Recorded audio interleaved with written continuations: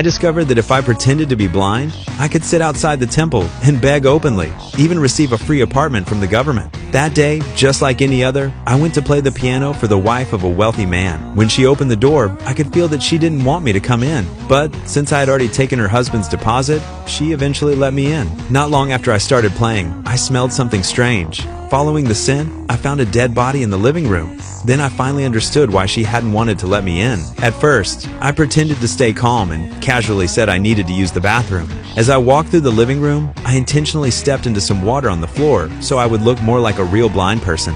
Once I entered the bathroom, I realized the killer was right behind me, holding a gun.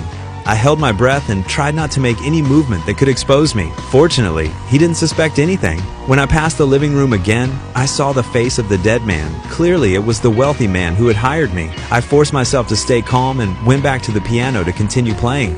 After leaving her house, I hesitated about whether I should call the police.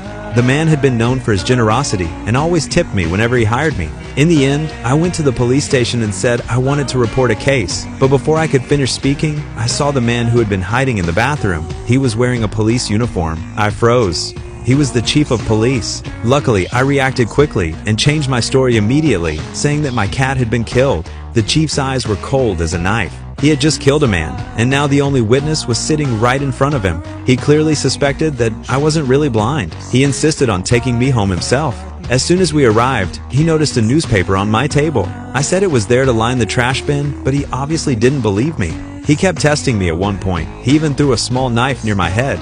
I didn't move. Fortunately, he didn't see through my act. The next day, the rich man's body was found floating by the river. His wife cried bitterly during the interview. Later, the police chief blamed the murder on a young man.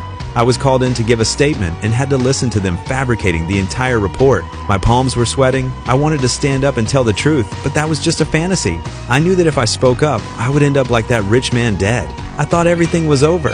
But then, a twist appeared. At the funeral, the man's wife kept talking about what had happened before his death, unaware that during the murder, she and the chief had overlooked someone, the old lady next door. After the funeral, that old lady went to the police and said the rich man's wife was lying. When the wife found out, she went to the old lady's house and knocked on her door. At that time, I happened to have been hired by the rich man's daughter as her private tutor.